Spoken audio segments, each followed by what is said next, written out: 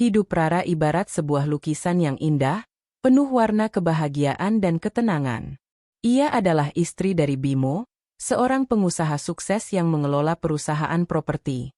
Mereka memiliki 2 anak yang cerdas dan menggemaskan.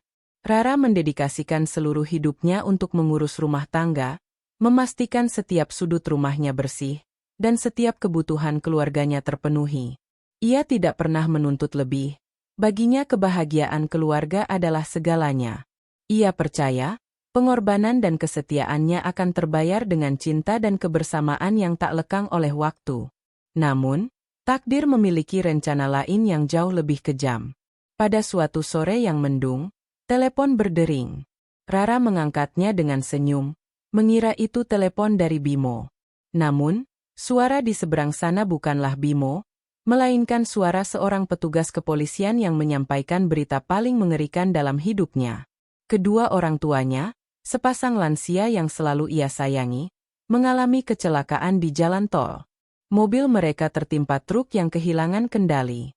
Saat Rara tiba di rumah sakit, ia hanya bisa menatap nanar 2 jenazah yang sudah ditutupi kain putih. Dunia Rara runtuh, seolah semua warna dalam hidupnya seketika pudar menjadi abu-abu. Ia menangis histeris, memeluk jasad kedua orang tuanya, tak percaya bahwa mereka telah pergi untuk selamanya. Dalam kesedihan yang mendalam, Rara berusaha tegar. Ia harus mengurus pemakaman sendirian. Ia mencoba menghubungi Bimo, berharap suaminya akan segera datang dan memberinya pelukan hangat, menyangga tubuhnya yang terasa begitu rapuh. Ia menelpon Bimo berulang kali, tetapi tidak ada jawaban. Akhirnya, ia mencoba menghubungi mertuanya. Panggilan pertamanya dijawab, tetapi suara mertuanya terdalam panik dan tergesa-gesa. "Maaf Rara, kami sedang sibuk, nanti kami hubungi lagi," ucap ibu mertuanya, lalu sambungan terputus. Rara merasa ada yang aneh, tetapi ia tidak punya waktu untuk memikirkannya. Ia harus fokus pada pengurusan jenazah kedua orang tuanya. Setelah pemakaman selesai, Rara kembali ke rumah dengan langkah gontai. Ia merasa begitu hampa. Di tengah kesendiriannya, telepon Rara berdering. Kali ini, nomor yang ia kenal. Bimo. Dengan tangan gemetar, Rara mengangkat panggilan tersebut. Ia berharap Bimo akan segera pulang dan menemaninya. Namun, suara Bimo terdengar bersemangat dan ceria, jauh dari nada duka yang Rara harapkan. "Sayang, maaf aku baru bisa hubungi kamu. Aku sudah di bandara nih, mau berangkat ke Paris." "Gila, seru banget," ucap Bimo. Kata-kata Bimo menusuk hati Rara, lebih dalam dari belati. Rara terdiam, tak mampu mengucapkan sepatah kata pun. "Kamu kenapa sayang? Kok diam?" tanya Bimo. Suaranya penuh kegembiraan yang membuat luka di hati Rara terasa semakin perih. Dengan suara bergetar, Rara akhirnya berhasil berbicara. "Bimo, kamu di mana? Orang tuaku meninggal, mereka kecelakaan." Ada keheningan panjang di seberang sana. Rara menunggu, berharap Bimo akan langsung membatalkan perjalanannya dan pulang. Namun, yang ia dengar adalah suara Bimo yang berubah kesal. "Ya ampun, Rara, kenapa harus sekarang sih? Aku kan sudah merencanakan liburan ini dari jauh-jauh hari. Ini kan liburan keluarga besar kita." Rara tidak bisa lagi menahan air matanya. "Liburan keluarga besar? Tanpa aku dan anak-anak?" tanya Rara dengan suara tercekat. Bimo tidak menjawab. Rara mendengar suara-suara lain di latar belakang. Suara anak-anak Bimo, dan suara wanita yang tak ia kenali. "Siapa itu Bimo? Suara siapa itu?" tanya Rara, hatinya mulai dipenuhi firasat buruk. Tiba-tiba, suara wanita lain terdengar, suaranya lembut dan manja. "Sayang, tiketnya sudah di tangan. Ayo cepat, sebentar lagi boarding." Suara itu, suara yang Rara kenal dari cerita-cerita Bimo. Sinta, selingkuhan Bimo. Firasat buruk Rara menjadi kenyataan. Bimo pergi liburan ke Eropa bukan hanya dengan keluarganya, tetapi juga dengan selingkuhannya. Mereka merayakan liburan mewah di saat Rara sedang berduka, mengurus pemakaman orang tuanya sendirian. Rara menutup telepon. Ia tidak lagi memiliki air mata untuk menangis. Yang tersisa hanyalah kekosongan dan rasa sakit yang luar biasa. Ia merasa dikhianati dan dihina. Ia melihat pesan masuk di ponselnya. Itu dari Bimo. Sebuah foto. Bimo sedang tersenyum lebar, berpose di depan menara Eiffel bersama keluarganya, dan di sampingnya, Sinta, dengan senyum kemenangan. Di bawah foto itu, Bimo menulis, "Tears from Paris. Rara, kamu sabar di rumah ya. Nanti aku bawakan oleh-oleh." Rara merasa jijik dan marah. Ia tidak lagi mengenali Bimo, suaminya yang dulu ia cintai. Rara melihat ke sekeliling rumahnya. Rumah ini, yang ia anggap sebagai surga, kini terasa seperti neraka. Ia merasa seperti seorang pelayan yang ditinggalkan begitu saja. Ia memutuskan untuk pergi ke rumah orang tuanya. Di sana, ia menemukan sebuah kotak kayu tua di dalam lemari. Kotak itu adalah milik ayahnya. Saat ia membukanya, ia menemukan dokumen-dokumen penting, termasuk surat kuasa atas semua aset keluarga. Ayahnya telah mempercayai Rara sepenuhnya. Ia telah menunjuk Rara sebagai ahli waris satu-satunya. Rara membolak-balik dokumen-dokumen tersebut. Ia melihat nama-nama bank, nomor rekening, dan aset-aset berharga lainnya. Di dalam tumpukan dokumen itu, Rara menemukan sebuah surat tulisan tangan dari ayahnya. "Rara anakku, jika suatu hari nanti kamu merasa sendirian dan tidak punya siapa-siapa, ingatlah ayah dan ibu akan selalu ada untukmu. Gunakan aset-aset ini untuk membangun kembali hidupmu, dan jangan biarkan orang lain mengambil apa yang menjadi hakmu." Kata-kata ayahnya memberikan Rara kekuatan. Ia menyadari bahwa ia tidak sendirian. Ia memiliki warisan dari kedua orang tuanya yang bisa ia gunakan untuk memulai hidup baru. Ia menyadari bahwa ia tidak bisa lagi membiarkan Bimo dan keluarganya memperlakukannya seperti ini. Ia tidak bisa lagi menjadi Rara yang pasrah dan mengalah. Ia harus bangkit. Ia harus membalas semua perlakuan mereka. Ia akan membuat mereka merasakan apa yang ia rasakan. Ia akan membuat mereka tahu bahwa karma itu ada. Dan ia akan memulainya dengan satu langkah. Menguras habis semua rekening Bimo dan keluarganya. Rara mengambil ponselnya dan memencet nomor sahabatnya, Maya, seorang pengacara. "Maya, aku butuh bantuanmu. Aku mau membalas dendam," ucap Rara dengan suara dingin yang tak pernah Maya dengar sebelumnya. Maya, yang sudah mengenal Rara sejak lama, merasa kaget. Namun, ia tidak bertanya. Ia hanya mengatakan, "Aku di pihakmu, Rara. Katakan apa yang harus kulakukan." Rara tersenyum sinis. Rencana balas dendamnya baru saja dimulai. Dan ia tahu, ini akan menjadi permainan yang sangat menyenangkan. Ia akan membuktikan bahwa ia tidak selemah yang Bimo pikirkan. Dan ia akan melakukannya dengan cara yang paling kejam. Ia akan membiarkan Bimo dan keluarganya menikmati liburan mewah mereka. Dan ketika mereka kembali, mereka akan menyadari bahwa mereka telah kehilangan segalanya. Setelah Rara mengakhiri panggilannya dengan Maya, ia duduk termenung di sofa ruang tamu yang sunyi. Rumah yang dulunya penuh dengan tawa dan keceriaan kini terasa seperti penjara. Fotonya bersama Bimo dan anak-anak yang terpampang di dinding seakan mengejeknya. Rara menyadari bahwa ia tidak bisa lagi menjadi wanita yang pasrah. Perasaan sedih dan kecewa kini telah berubah menjadi kemarahan yang membara. Ia teringat akan surat wasiat ayahnya, yang memberinya kekuatan untuk bangkit. Rara membulatkan tekadnya, ia akan membalas semua perbuatan Bimo dan keluarganya dengan cara yang paling menyakitkan bagi mereka. Melumpuhkan mereka secara finansial. Pukul 9 pagi keesokan harinya, Rara menemui Maya di kantornya. Maya adalah seorang pengacara handal yang juga sahabat Rara sejak bangku kuliah. Maya sudah menyiapkan beberapa berkas dan laptopnya. "Rara, aku sudah pelajari sedikit tentang situasi Bimo. Mengingat dia adalah pengusaha, aku yakin dia memiliki banyak aset tersembunyi," ujar Maya sambil menatap Rara dengan penuh empati. "Aku siap, Maya. Aku akan menggunakan semua yang kulebih untuk memberinya pelajaran. Aku tidak akan membiarkan mereka lolos begitu saja," jawab Rara dengan suara dingin. Maya menunjukkan sebuah grafik yang berisi data keuangan Bimo yang ia dapatkan dari sumber terpercaya. Bimo memiliki beberapa rekening bank, baik di dalam maupun di luar negeri. Dia juga memiliki beberapa properti atas nama perusahaan dan keluarga besarnya, jelas Maya. Aku bisa membantumu mencari celah untuk menguras semua aset itu. Tapi, ini akan menjadi proses yang rumit dan panjang. Rara mengangguk.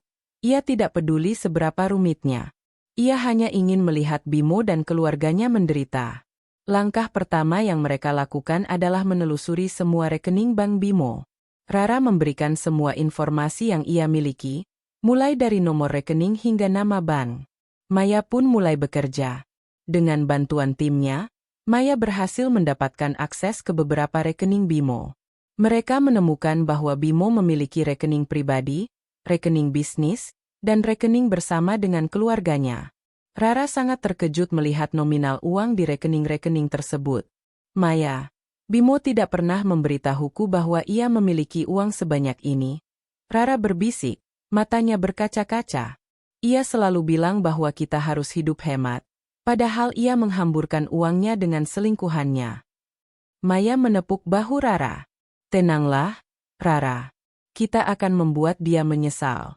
Sekarang, kita harus fokus pada rencana kita.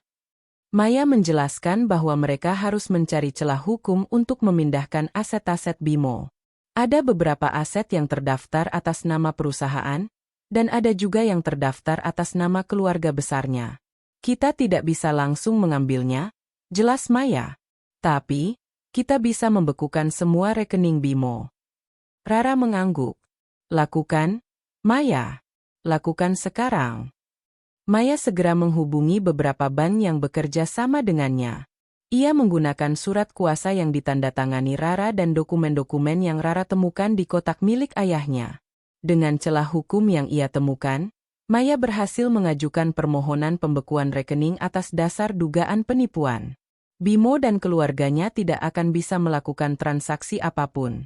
Ini akan menjadi pukulan telak bagi Bimo, ujar Maya dengan senyum penuh kemenangan. Setelah urusan bank selesai, Rara dan Maya melanjutkan ke tahap berikutnya, menguasai aset Bimo yang lain. Maya menjelaskan bahwa Rara bisa menguasai properti-properti Bimo yang terdaftar atas nama perusahaan karena Rara juga memiliki saham di perusahaan itu. Rara tidak pernah tahu bahwa ayahnya memberikan saham itu untuknya. Ayahmu adalah orang yang sangat bijaksana, Rara. Dia sudah mempersiapkan ini semua untukmu, ujar Maya. Maya dan Rara bekerja sama dengan notaris untuk mengurus semua dokumen yang diperlukan. Mereka berhasil mengubah kepemilikan beberapa aset Bimo. Mulai dari properti hingga mobil mewah. Semuanya kini berada di bawah nama Rara. Rara tidak pernah menyangka bahwa ia akan melakukan hal seperti ini. Namun, rasa sakit dan kemarahan yang ia rasakan menguatkannya. Ia tidak lagi melihat ini sebagai balas dendam, tetapi sebagai haknya. Di tengah kesibukan mengurus semua dokumen, Rara menerima pesan dari Bimo. Bimo mengirimkan foto-foto liburan mereka dari berbagai tempat di Eropa. Mulai dari Paris, London, hingga Swiss. Di setiap foto, ada Sinta yang tersenyum lebar. Rara hanya melihatnya dengan datar, tanpa ada rasa cemburu atau sakit hati. Ia tahu bahwa sebentar lagi, senyum itu akan hilang dari wajah mereka. Mereka masih belum tahu apa yang akan terjadi, ujar Maya. Tapi, sebentar lagi, mereka akan merasakannya. Rara tersenyum. Biarkan mereka menikmati liburan mereka. Biarkan mereka menghamburkan uang. Aku akan menunggu di sini, dengan cangkir kopi panas, melihat mereka panik dan hancur. Jawab Rara dengan mata menyala. Rara telah berubah. Ia bukan lagi Rara yang lemah dan pasrah. Ia adalah Rara yang kuat, mandiri, dan penuh dengan dendam. Ia siap untuk melihat kehancuran suaminya dan keluarganya. Ia tahu, babak baru dalam hidupnya akan dimulai. Dan ia akan menjadi pemenang dalam permainan ini. Ia akan membuat mereka tahu bahwa mereka telah membuat kesalahan besar dengan meninggalkan Rara sendirian di saat-saat terberatnya. Dan Rara akan memastikan mereka membayar mahal untuk kesalahan itu. Bimo dan keluarganya menikmati setiap detik liburan mewah mereka. Paris adalah kota impian, dan mereka menghamburkan uang seolah-olah besok tidak ada lagi hari. Mereka menginap di hotel bintang 5, berbelanja di butik-butik desainer ternama, dan menikmati makan malam di restoran-restoran berbintang Michelin. Sinta, dengan senyum lebarnya, selalu ada di sisi Bimo. Ia adalah bayangan Rara, tetapi versi yang lebih berani, lebih modis, dan, menurut Bimo, lebih menyenangkan. Bimo merasa, inilah hidup yang seharusnya ia jalani. Jauh dari Rara yang monoton dan membosankan. Pada hari keempat di Paris, Bimo dan keluarganya memutuskan untuk makan siang di sebuah restoran Haute Cuisine. Bimo memesan anggur termahal dan hidangan-hidangan mewah untuk semua orang. Setelah makan siang yang memuaskan, Bimo mengeluarkan kartu kreditnya untuk membayar. Ia menyerahkan kartu itu kepada pelayan dengan gaya sombong yang biasa ia lakukan. Pelayan itu menggesek kartu, tetapi mesinnya menolak. Pelayan mencoba lagi, dan lagi, tetapi hasilnya tetap sama. "Maaf, Tuan. Kartu Anda ditolak," ucap pelayan itu dengan sopan. Wajah Bimo berubah merah. Ia merasa malu. "Tidak mungkin. Kartu saya selalu berfungsi," gumamnya, lalu ia mengeluarkan kartu kredit yang lain. Kali ini, kartu dari bank yang berbeda. Ia menyerahkannya kepada pelayan. Pelayan itu menggeseknya, dan lagi-lagi, ditolak. Bimo mulai panik. Ia merasa keringat dingin membasahi punggungnya. "Ada apa ini?" bisik Bimo. Ibu Bimo, yang juga menyaksikan kejadian itu, mengeluarkan kartu kreditnya sendiri. "Gunakan ini saja, Bimo," katanya. Namun, kartu Ibu Bimo pun mengalami nasib yang sama. "Kartu Anda juga ditolak, Nyonya," kata pelayan itu dengan nada meminta maaf. Keluarga besar Bimo mulai berbisik-bisik. Bimo mencoba menenangkan mereka. "Mungkin ada masalah dengan jaringan di sini," katanya, meskipun ia tahu itu adalah alasan yang dibuat-buat. Ia membayar tagihan dengan uang tunai yang tersisa di dompetnya. Uang tunai itu tidak seberapa, hanya cukup untuk membayar makan siang mereka hari ini. Setelah itu, mereka kembali ke hotel dengan langkah lesu. Sesampainya di hotel, Bimo segera menghubungi bank. Ia mencoba menelpon customer service banknya, tetapi ia tidak bisa menghubungi siapapun. Panggilan itu selalu terputus. Bimo mencoba menghubungi bank lainnya, tetapi hasilnya sama saja. Ia semakin panik. Sinta, yang melihat kepanikan Bimo, mendekatinya. "Ada apa, sayang? Ada masalah?" tanyanya. Bimo mencoba menyembunyikan masalahnya, tetapi ia tidak bisa. "Kartu-kartuku ditolak semua," bisik Bimo. Kabar ini dengan cepat menyebar di antara anggota keluarga Bimo. Ayah Bimo, yang dulunya seorang pengusaha sukses, juga mencoba mengecek rekeningnya. "Bimo, rekeningku juga kosong," seru ayahnya dengan wajah pucat. Ibunya pun ikut panik. "Jangan-jangan kita kena skam," katanya dengan cemas. Bimo mencoba menenangkan mereka, tetapi ia sendiri tidak bisa tenang. Mereka pun bergegas meninggalkan Paris, melanjutkan perjalanan ke London sesuai jadwal. Mereka berharap di sana, masalah ini akan terselesaikan. Namun, di London, masalah yang sama kembali terjadi. Kartu kredit Bimo dan keluarganya ditolak saat mereka mencoba membayar hotel. Bimo harus membayar dengan uang tunai, dan uang tunai mereka hampir habis. "Bimo, kita harus pulang ke Indonesia," kata ayah Bimo. "Ada sesuatu yang tidak beres di sana." Bimo menolak. "Ayah, jangan panik. Aku akan mencari cara. Kita sudah merencanakan liburan ini dari lama. Aku tidak mau membatalkannya," jawab Bimo. Bimo dan keluarganya melanjutkan perjalanan mereka ke Swiss. Mereka berharap di sana, mereka bisa menarik uang dari mesin ATM atau menghubungi bank. Namun, di Swiss, masalah semakin parah. Mereka tiba di malam hari, dan uang tunai mereka hanya tersisa sedikit. Mereka mencoba memesan hotel, tetapi lagi-lagi, kartu kredit mereka ditolak. Bimo mencoba menggunakan mesin ATM, tetapi mesin itu menolak kartunya. Tidak cukup saldo, pesan di layar mesin ATM itu. Bimo merasa dunia di sekitarnya runtuh. Ia merasa lumpuh. Ia tidak bisa berpikir jernih. Ibunya mulai menangis. Bimo, kita harus tidur di mana? Kita tidak punya uang lagi. Sinta, yang biasanya ceria, kini diam. Wajahnya terlihat cemas. Ia tidak tahu apa yang harus ia lakukan. Bimo akhirnya memutuskan untuk menghubungi Rara. Ia tahu ia telah berbuat salah dengan meninggalkan Rara di saat-saat terberatnya, tetapi ia tidak punya pilihan lain. Ia berharap Rara akan membantunya. Ia mencoba menelpon Rara, tetapi Rara tidak mengangkat panggilannya. Bimo mencoba mengirim pesan. Rara, ada masalah. Semua kartu kreditku ditolak. Aku tidak bisa menghubungi bank. Tolong aku, tulis Bimo. Ia berharap Rara akan membalas pesannya. Namun, tidak ada balasan.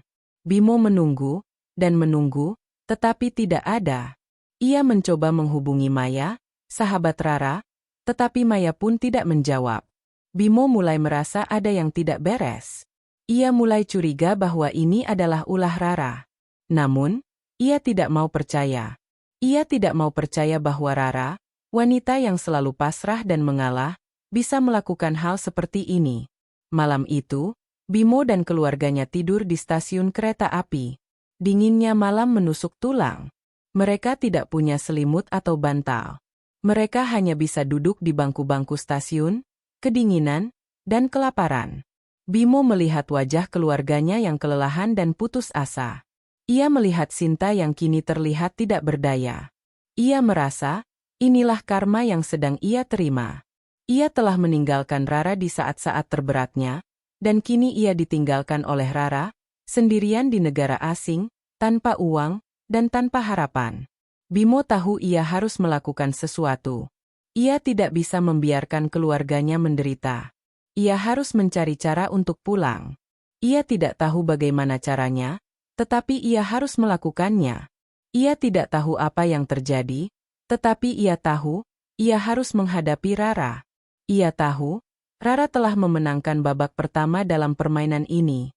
Dan ia tahu, babak-babak berikutnya akan jauh lebih sulit. Ia akan kembali ke Indonesia, dan ia akan mencari tahu apa yang sebenarnya terjadi. Ia akan menghadapi Rara, dan ia akan membalas semua perbuatannya. Namun, ia tidak tahu, Rara sudah jauh lebih kuat dari yang ia pikirkan. Dinginnya malam di stasiun kereta api Swiss menusuk hingga ke tulang Bimo. Ia dan keluarganya meringkuk di bangku, mencoba menghalau rasa dingin yang mencekam. Tawa dan keceriaan yang dulu menghiasi perjalanan mereka kini tergantikan oleh keheningan yang canggung, diselingi bisikan putus asa dan isak tangis dari ibu Bimo. Sinta, yang biasanya cerewet, kini membisu. Riasan di wajahnya luntur, dan pakaian mahalnya terlihat lusuh. Bimo melihat ke sekeliling, berharap ada keajaiban yang datang, tetapi yang ia lihat hanyalah wajah-wajah orang asing yang cuek dan dingin. Bimo, kita tidak bisa begini terus, bisik ayah Bimo, suaranya parau. Kita harus mencari cara untuk pulang. Bimo mengangguk lemah. Aku tahu, ayah. Tapi bagaimana? Uang tunai kita sudah habis. Mereka mencoba menjual beberapa barang mewah yang mereka bawa. Ayah Bimo menjual arloji Patek Philippe-nya, ibu Bimo menjual kalung berliannya, dan Bimo menjual cincin emasnya. Sinta juga menjual beberapa tas bermereknya. Mereka berhasil mendapatkan uang, tetapi itu tidak seberapa. Uang itu hanya cukup untuk makan beberapa kali dan membeli beberapa botol air mineral. Untuk membeli tiket pesawat pulang ke Indonesia, uang itu jauh dari cukup. Bimo merasa dunia di sekelilingnya runtuh. Ia tidak bisa lagi menyangkal bahwa ada sesuatu yang tidak beres. Ia mencoba menghubungi bank lagi, tetapi lagi-lagi, tidak ada jawaban. Ia mencoba menghubungi teman-teman bisnisnya, tetapi mereka semua sedang sibuk atau tidak bisa dihubungi. Ia merasa terisolasi, sendirian di negara asing, tanpa uang, dan tanpa harapan. Sinta, yang sudah tidak tahan dengan situasi itu, mendekati Bimo. Bimo, aku tidak bisa begini terus. Aku butuh uang untuk pulang ke Indonesia, katanya dengan suara datar. Bimo menatapnya, tidak percaya. Sinta, kamu tidak bisa meninggalkanku. Kita kan sudah berjanji untuk bersama. Bersama saat senang, Bimo, Bukan saat susah, jawab Sinta. Aku datang ke sini untuk liburan, bukan untuk menjadi gelandangan. Aku sudah tidak tahan. Aku harus pulang. Kata-kata Sinta bagaikan belati yang menusuk hati Bimo. Ia merasa dikhianati lagi. Sinta adalah wanita yang ia pikir akan selalu ada untuknya, tetapi ternyata tidak. Sinta meninggalkan Bimo dan keluarganya di stasiun kereta api. Ia pergi sendiri, mencari jalan pulang. Bimo menatap punggung Sinta yang semakin menjauh dengan tatapan kosong. Ia menyadari bahwa ia telah kehilangan segalanya. Setelah Sinta pergi, Bimo dan keluarganya tidak punya pilihan lain. Mereka harus berjuang untuk hidup. Mereka mulai meminta-minta kepada orang yang lewat. Ayah Bimo yang dulunya seorang pengusaha disegani, kini harus menadahkan tangan. Ibu Bimo yang dulunya nyonya sosialita, kini harus menanggung malu. Bimo sendiri merasa sangat malu dan putus asa. Ia tidak pernah menyangka bahwa ia akan berakhir seperti ini. Ia tidak pernah menyangka bahwa kesombongan dan keegoisannya akan membawanya ke jurang kehancuran. Di tengah keputusasaannya, Bimo teringat akan Rara. Rara, wanita yang selalu setia dan sabar. Rara, yang selalu ada untuknya, bahkan ketika ia meninggalkannya. Bimo merasa sangat menyesal. Ia menyesal telah menyakiti Rara. Ia menyesal telah meninggalkan Rara di saat-saat terberatnya. Ia berharap Rara bisa memaafkannya, tetapi ia tahu itu tidak akan mudah. Pada suatu malam, saat mereka sedang tidur di jalan, Bimo berhasil menemukan internet gratis di sebuah kafe. Ia segera membuka emailnya. Ia menemukan email dari banknya. Email itu menjelaskan bahwa semua rekeningnya, termasuk rekening bisnis dan rekening keluarganya, telah dibekukan atas dasar permintaan hukum dari istrinya, Rara. Bimo membaca email itu berulang kali, tidak percaya.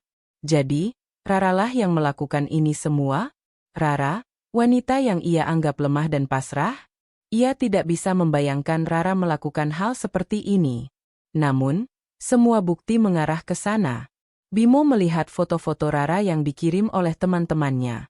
Rara terlihat bahagia, sukses, dan mandiri. Ia membuka butik dan kafe, yang kini menjadi sangat populer.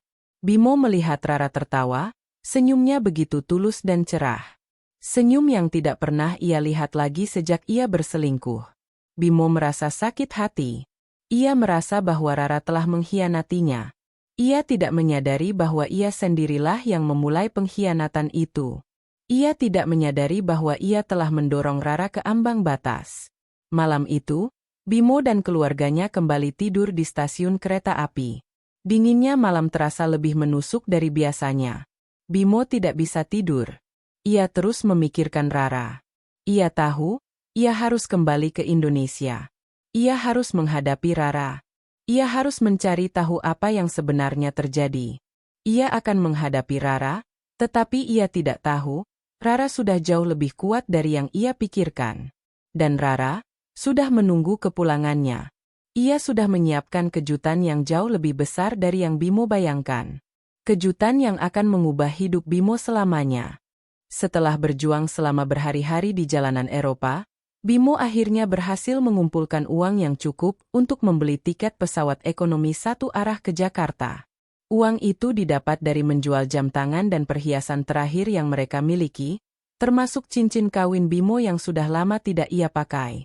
Ia tidak peduli lagi dengan kemewahan atau gengsi, yang terpenting baginya saat itu adalah kembali ke tanah air dan menghadapi apapun yang menunggunya. Ia, ayah, dan ibunya pulang dengan kondisi lusuh dan lelah. Setibanya di Bandara Soekarno-Hatta, Bimo merasa seperti baru bangun dari mimpi buruk. Ia memegang ponsel bututnya, mencoba menghubungi Rara lagi. Kali ini, Rara menjawab. Suaranya tenang, datar, tanpa emosi apapun.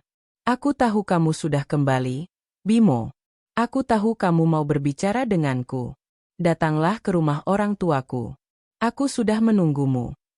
Bimo dan keluarganya naik taksi seadanya menuju rumah mertuanya. Sepanjang perjalanan, Bimo merasa cemas.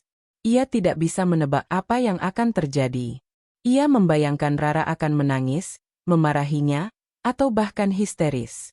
Tetapi, Bimo tidak menyangka, Rara menyambut mereka dengan wajah yang begitu dingin. Rara mengenakan gaun sederhana berwarna putih, rambutnya tergerai, dan wajahnya tampak berseri. Ia terlihat sangat berbeda dari Rara yang dulu. Ia memancarkan aura kekuatan dan kepercayaan diri yang tidak pernah Bimo lihat sebelumnya. Rara berdiri di depan pintu rumah orang tuanya, menatap Bimo dan keluarganya dengan tatapan yang sulit diartikan. "Silakan masuk," ucap Rara dengan suara tenang. "Kita perlu bicara." Mereka masuk ke dalam rumah. Rumah itu terasa asing bagi Bimo. Semua furnitur telah diganti, dan ada aroma lilin aromaterapi yang menenangkan. Rara mempersilakan mereka duduk di sofa. Rara mengambil tempat duduk di seberang mereka. "Bagaimana liburan kalian? Menyenangkan?" tanyanya dengan nada mengejek. Wajah Bimo memerah. "Rara, apa-apaan ini? Kenapa kamu membekukan semua rekeningku? Apa salahku?" Rara tertawa kecil. Tawa yang terdengar begitu dingin dan sinis. "Apa salahmu? Kamu bertanya apa salahmu? Bimo, kamu pergi liburan mewah ke Eropa, bersama selingkuhanmu, tepat saat kedua orang tuaku meninggal. Kamu meninggalkan aku sendirian, mengurus pemakaman, padahal kamu tahu aku sangat mencintai mereka. Dan kamu bertanya apa salahmu?" Bimo terdiam. Ia tidak bisa menjawab. Rara melanjutkan. "Kamu tidak hanya meninggalkan aku, kamu juga mengabaikanku. Kamu mengirimiku foto-foto liburanmu, seolah-olah kamu ingin menunjukkan betapa bahagianya kamu tanpaku. Kamu menghina aku, Bimo. Kamu menghina semua pengorbananku selama ini." Ibunya Bimo tidak terima. "Rara, kami tidak tahu kalau orang tuamu meninggal. Kami tidak ada di sana. Lagi pula, apa urusanmu dengan liburan kami? Bimo sudah bekerja keras, ia berhak berlibur." Rara menatap ibu Bimo dengan tajam. "Berhak berlibur? Tentu saja. Tapi, apa dia juga berhak meninggalkan istri dan anak-anaknya di saat mereka butuh dukungan? Apa dia juga berhak membawa wanita lain, yang bahkan kau restui, untuk liburan bersama?" Mata ibu Bimo membelalak. "Bagaimana kamu tahu?" "Aku tahu segalanya, Ibu," potong Rara. "Aku tahu sejak lama, Bimo punya wanita lain. Dan aku tahu, kalian semua merestuinya. Kalian semua menghina aku di belakangku. Kalian semua memperlakukanku seperti pelayan. Tapi, kalian salah. Aku bukan pelayan. Aku adalah istri sahnya Bimo, dan aku memiliki hak. Semua yang aku lakukan atas dasar hukum." Ayah Bimo yang sejak tadi diam, akhirnya angkat bicara. "Rara, apa yang kamu lakukan itu tidak benar. Kamu mengancam kehidupan kami. Kamu menguras semua rekening kami." "Aku tidak mengancam siapapun," jawab Rara. "Aku hanya mengambil kembali apa yang seharusnya menjadi milikku. Aku memiliki bukti bahwa Bimo melakukan penipuan dan penggelapan dana. Aku juga memiliki surat wasiat dari ayahku yang memberikanku kuasa atas semua aset keluarga. Dan aku memiliki saham di perusahaan Bimo. Jadi, aku memiliki hak untuk melakukan apa yang aku lakukan." Bimo merasa lututnya lemas. Ia tidak bisa lagi menyangkal kebenaran itu. Ia melihat Rara bukan lagi sebagai Rara yang dulu, yang lemah dan pasrah. Rara kini adalah wanita yang kuat, cerdas, dan berbahaya. "Rara, tolong kembalikan uang kami," bisik Bimo. "Kami butuh uang untuk hidup." Rara tersenyum sinis. "Kamu butuh uang untuk hidup? Bimo, kamu tidak tahu apa-apa tentang hidup. Kamu hanya tahu cara menghamburkan uang, bukan cara mendapatkannya. Sekarang, rasakan sendiri bagaimana rasanya hidup tanpa uang, tanpa kekuasaan, tanpa apapun. Rasakan sendiri bagaimana rasanya menjadi gelandangan." Bimo merasa marah dan frustrasi. "Kamu kejam, Rara. Kamu kejam," teriak Bimo. "Aku kejam? Kamu yang membuatku menjadi kejam. Kamu yang membuatku menjadi seperti ini," jawab Rara dengan mata berkaca-kaca. "Kamu yang menghancurkan hatiku, Bimo. Kamu yang menghancurkan semua kepercayaanku. Kamu yang membuatku menjadi monster. Jadi, jangan salahkan aku. Salahkan dirimu sendiri. Rara berdiri. Kalian bisa tinggal di rumah ini untuk sementara. Aku sudah menyiapkannya untuk kalian. Rumah ini adalah rumah yang sederhana, jauh dari kemewahan yang kalian terbiasa. Kalian bisa memulai hidup baru dari nol. Dan jangan coba-coba menghubungiku lagi. Aku tidak akan memaafkan kalian. Rara menyerahkan kunci rumah kepada Bimo. Bimo mengambilnya dengan tangan gemetar. Ia melihat Rara berjalan pergi, meninggalkan mereka. Bimo dan keluarganya hanya bisa diam, menatap punggung Rara yang semakin menjauh. Mereka merasa, inilah awal dari kehancuran mereka. Mereka telah kehilangan segalanya, dan mereka tidak bisa lagi menyalahkan siapapun kecuali diri mereka sendiri. Mereka telah meremehkan Rara, dan kini, Rara telah memberikan pelajaran yang tidak akan pernah mereka lupakan. Dan itu, baru permulaan. Kepulangan Bimo dan keluarganya ke Indonesia bukanlah kepulangan yang meriah. Tidak ada karangan bunga atau pelukan hangat dari sanak saudara. Yang ada hanyalah tatapan iba dari para petugas bandara yang melihat pakaian lusuh mereka dan wajah kuyu yang dipenuhi kelelahan. Mereka tidak memiliki apapun lagi selain beberapa koper berisi pakaian kotor dan sedikit barang yang selamat dari penjualan. Bimo menggenggam erat kunci rumah sederhana yang diberikan Rara. Kunci itu terasa berat di tangannya, bukan karena bobot fisiknya, melainkan karena beban kehancuran yang dibawanya. Mereka naik taksi seadanya, kali ini dengan tujuan yang sangat berbeda dari saat mereka pergi. Taksi itu melaju melewati jalanan kota yang familiar, tetapi semuanya terasa asing. Gedung-gedung tinggi, pusat perbelanjaan mewah, dan mobil-mobil mahal seakan mengejek mereka. Tiba di alamat yang tertera di kunci, mereka menemukan sebuah rumah kecil di sebuah gang sempit.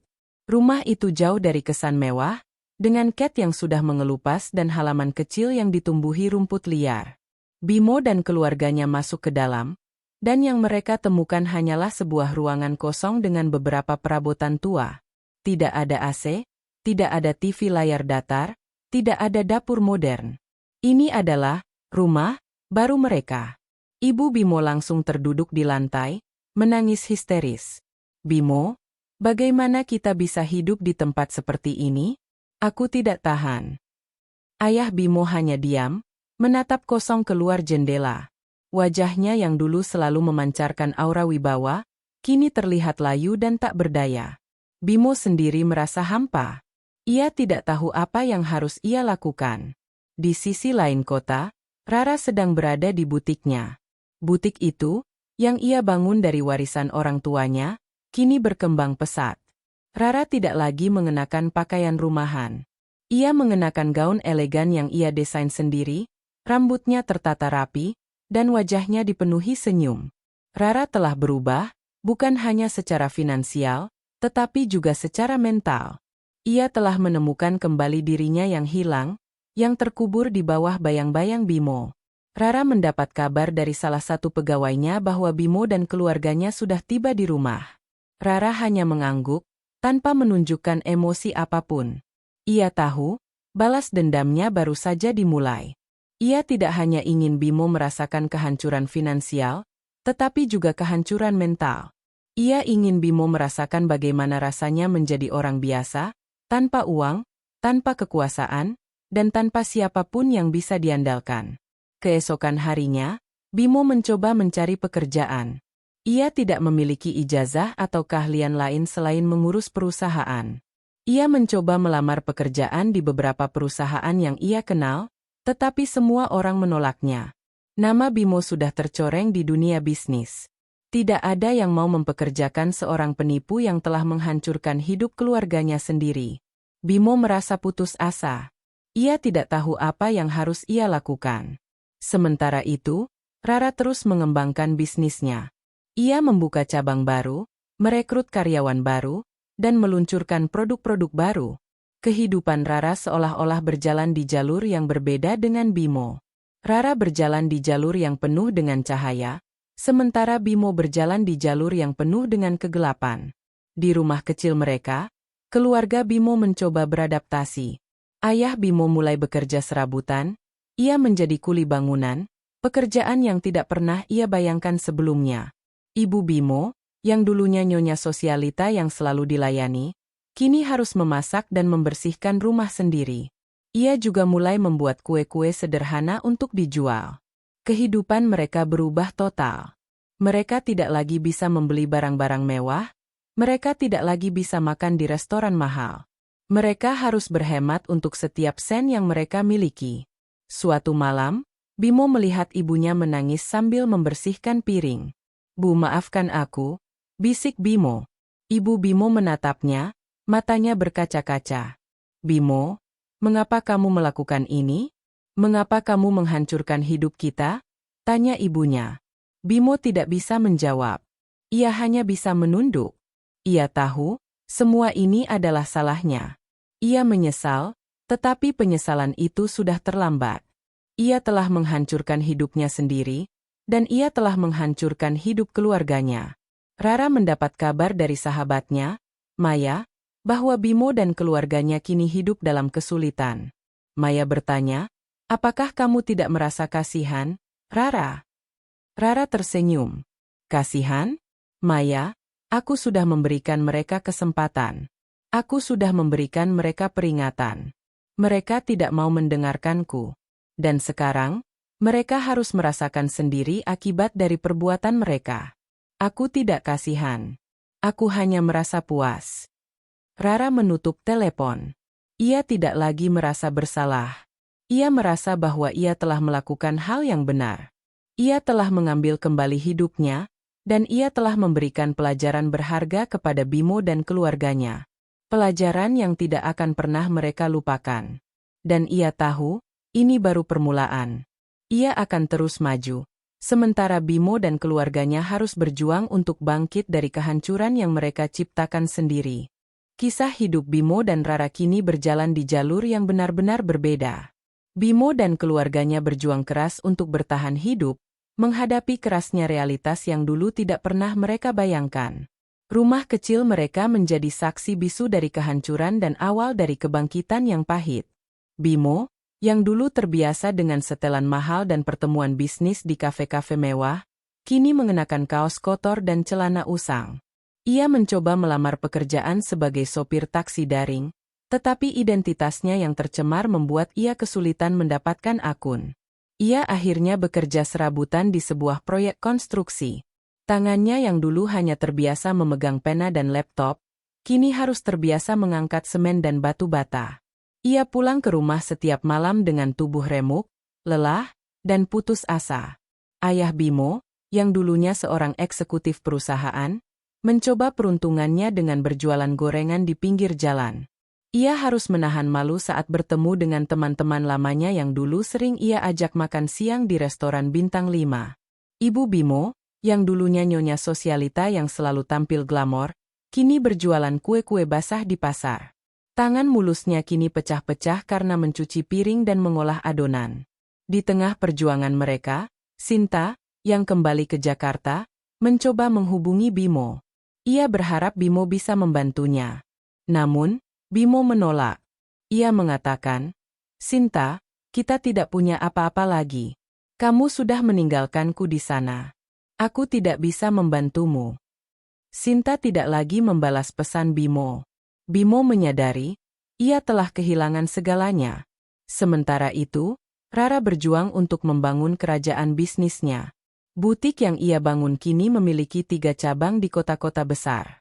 Ia juga membuka kafe dan restoran yang sangat populer. Rara tidak lagi mengurus semua urusan rumah tangga. Ia memiliki asisten pribadi, manajer, dan karyawan yang handal.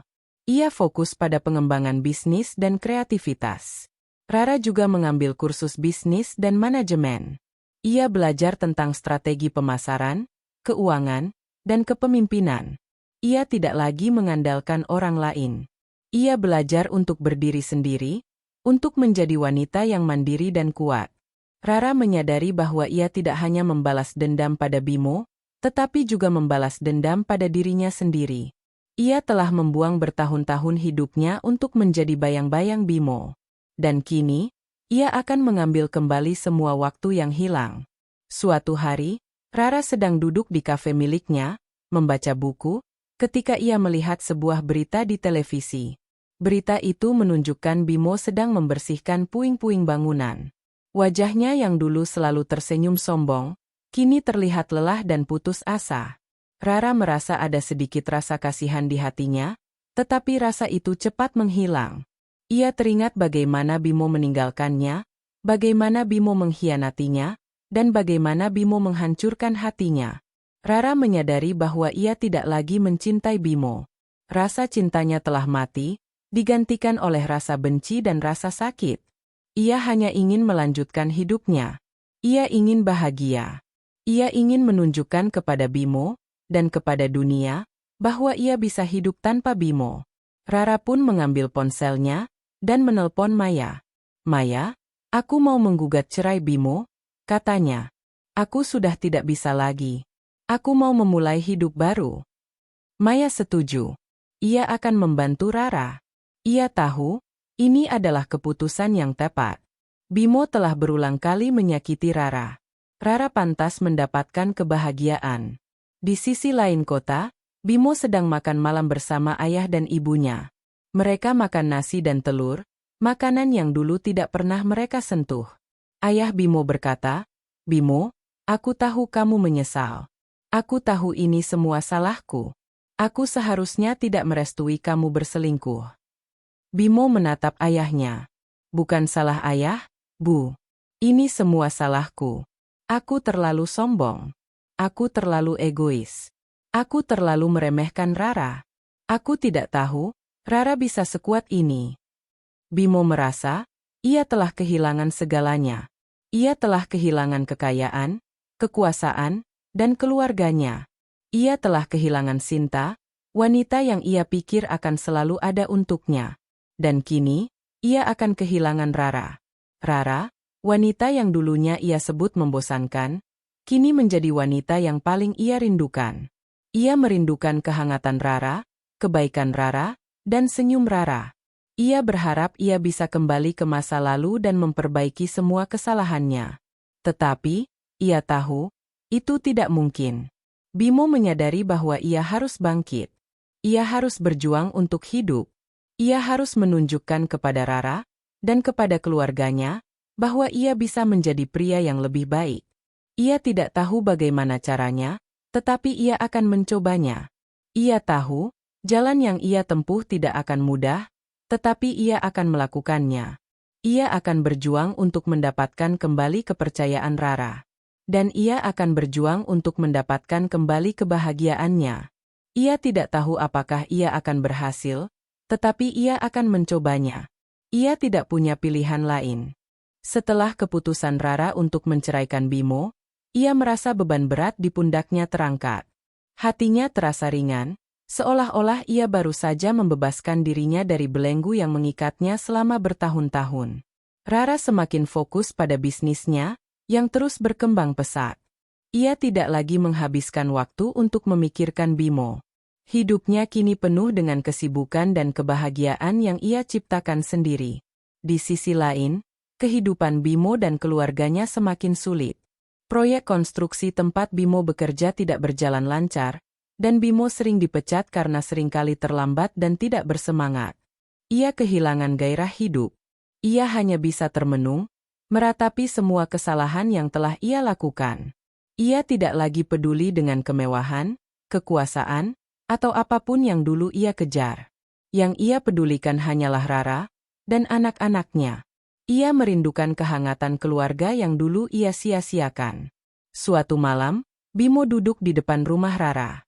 Ia melihat Rara keluar dari butiknya, mengenakan gaun yang indah, dan naik ke mobil mewah yang tidak ia kenal. Bimo merasa sakit hati. Ia merasa bahwa ia telah kehilangan Rara selamanya. Ia merasa bahwa ia telah gagal sebagai suami, sebagai ayah, dan sebagai manusia. Keesokan harinya, Bimo memutuskan untuk menemui Rara. Ia tidak peduli apa yang akan terjadi. Ia hanya ingin meminta maaf. Ia ingin mengatakan kepada Rara bahwa ia menyesal. Ia ingin mengatakan kepada Rara bahwa ia masih mencintainya. Bimo datang ke butik Rara. Ia melihat Rara sedang berbicara dengan beberapa pelanggan, dengan senyum di wajahnya. Rara terlihat sangat bahagia dan percaya diri. Bimo merasa malu. Ia tidak lagi menjadi Bimo yang dulu. Ia adalah Bimo yang kalah, Bimo yang hancur, Bimo yang kehilangan segalanya. Ketika pelanggan Rara pergi, Bimo mendekatinya. "Rara?" bisik Bimo. Rara menoleh. Senyumnya langsung menghilang. Wajahnya menjadi dingin dan datar. "Untuk apa kamu datang ke sini, Bimo?" tanyanya. Aku mau bicara denganmu," jawab Bimo. Rara mengangguk. Ia mengajak Bimo ke ruangan kantornya. Mereka duduk berhadapan, dipisahkan oleh sebuah meja kayu. Ruangan itu terasa begitu dingin dan tegang. "Katakan apa yang ingin kamu katakan, Bimo," kata Rara.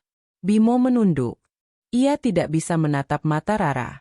Aku minta maaf, Rara. Aku menyesal. Aku menyesal telah menyakitimu. Aku menyesal telah meninggalkanmu. Aku menyesal telah menghancurkan hidupmu." Rara terdiam. Ia tidak mengatakan apapun. Bimo melanjutkan. "Aku tahu, kamu tidak akan memaafkanku. Aku tahu, aku telah membuat kesalahan yang tidak bisa dimaafkan. Tapi, aku ingin kamu tahu, aku benar-benar menyesal. Aku benar-benar mencintaimu, Rara. Aku masih mencintaimu." Rara tersenyum sinis. "Mencintaiku? Bimo, jika kamu mencintaiku, kamu tidak akan pernah menyakitiku. Jika kamu mencintaiku, kamu tidak akan pernah meninggalkanku. Jika kamu mencintaiku, kamu tidak akan pernah selingkuh di belakangku." "Aku tahu, aku salah," bisik Bimo. "Aku terlalu sombong. Aku terlalu egois. Aku terlalu bodoh. Aku tidak tahu betapa berharganya kamu sampai aku kehilanganmu. Aku tidak tahu betapa bodohnya aku sampai aku kehilangan segalanya." "Kamu tidak bodoh, Bimo," jawab Rara. "Kamu hanya serakah. Kamu hanya ingin memiliki segalanya. Kamu ingin kekayaan, kekuasaan, dan wanita cantik. Tapi, kamu lupa, kebahagiaan tidak bisa dibeli dengan uang. Kebahagiaan tidak bisa dibeli dengan kekuasaan. Kebahagiaan hanya bisa dibeli dengan cinta dan kesetiaan." Bimo menatap Rara. Matanya berkaca-kaca. "Rara, berikan aku kesempatan kedua. Aku akan memperbaiki semuanya. Aku akan menjadi suami yang lebih baik. Aku akan menjadi ayah yang lebih baik. Aku akan..." "Tidak ada kesempatan kedua, Bimo," potong Rara. "Aku sudah memberikanmu kesempatan yang tidak terhitung jumlahnya. Tapi, kamu tidak pernah menghargainya. Aku sudah terlalu lelah, Bimo.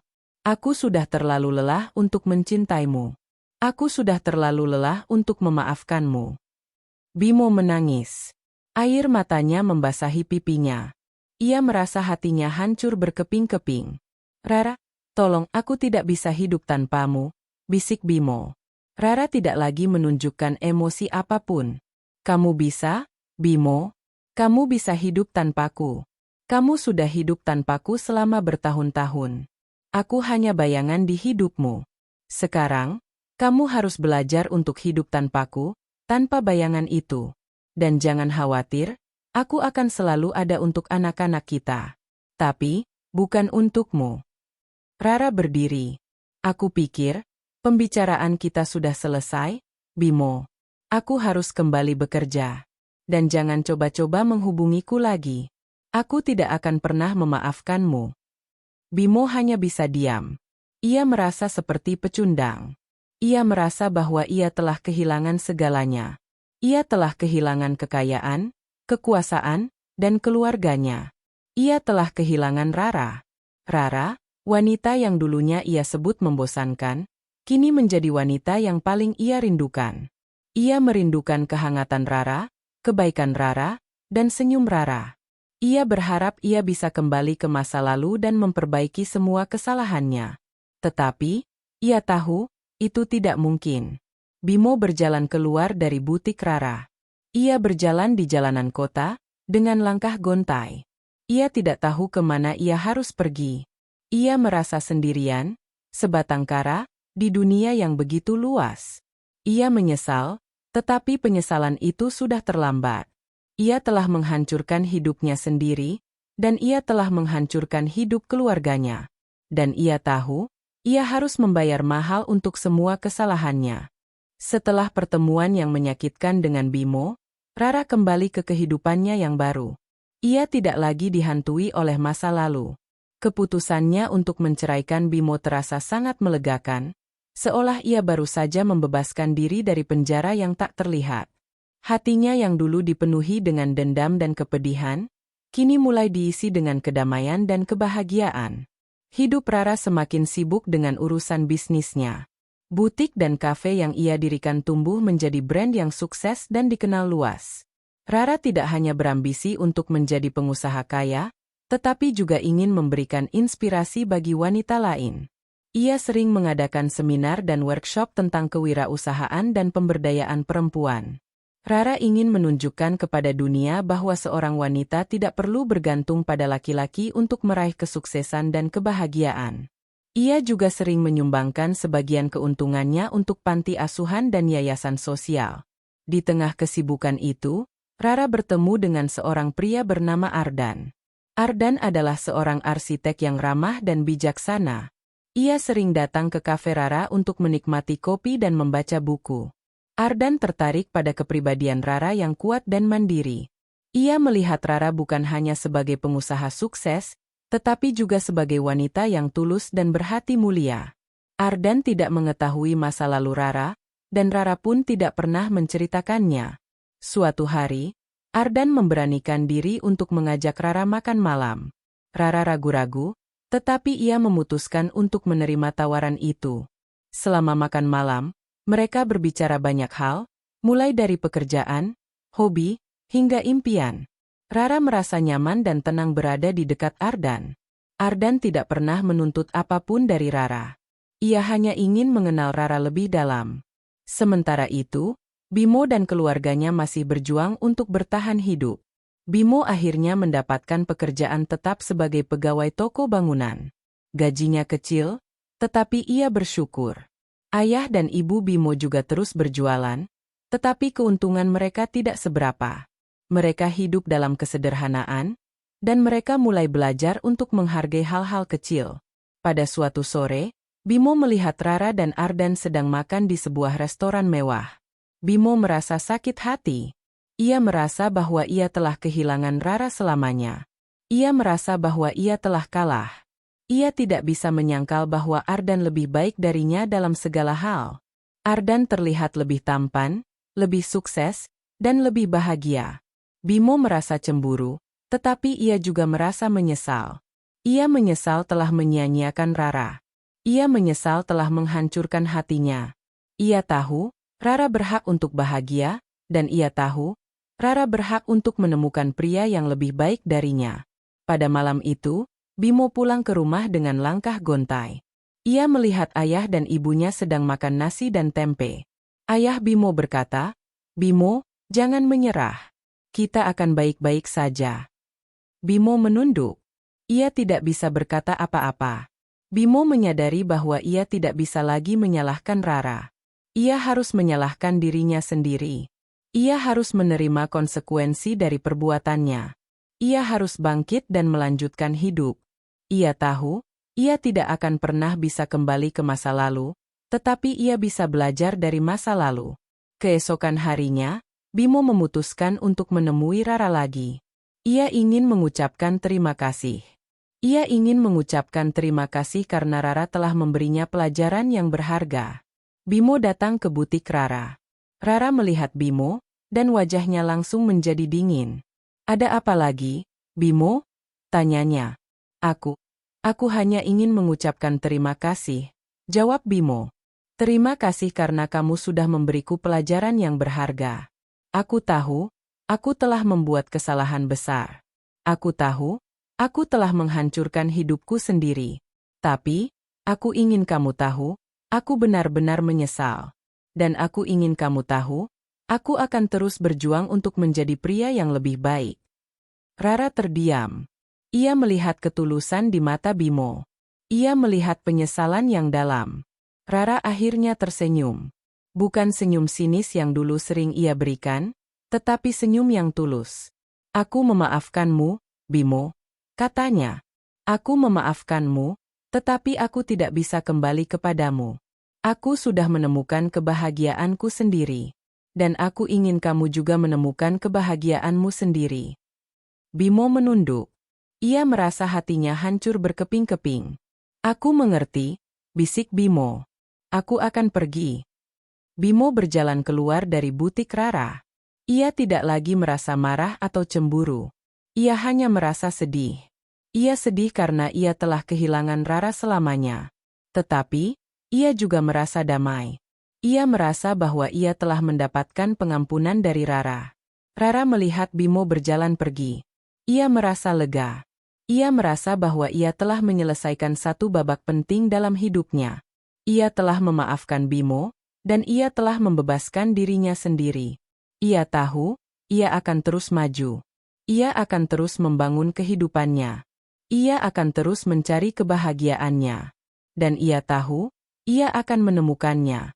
Ia akan menemukannya bersama Ardan. 3 tahun berlalu sejak Rara mengutarakan kata maaf dan perpisahan kepada Bimo. Dunia berputar, dan masing-masing menjalani takdir yang mereka ukir sendiri.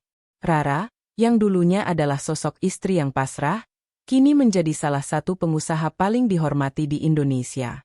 Bisnis butiknya, Rara Couture, berkembang pesat.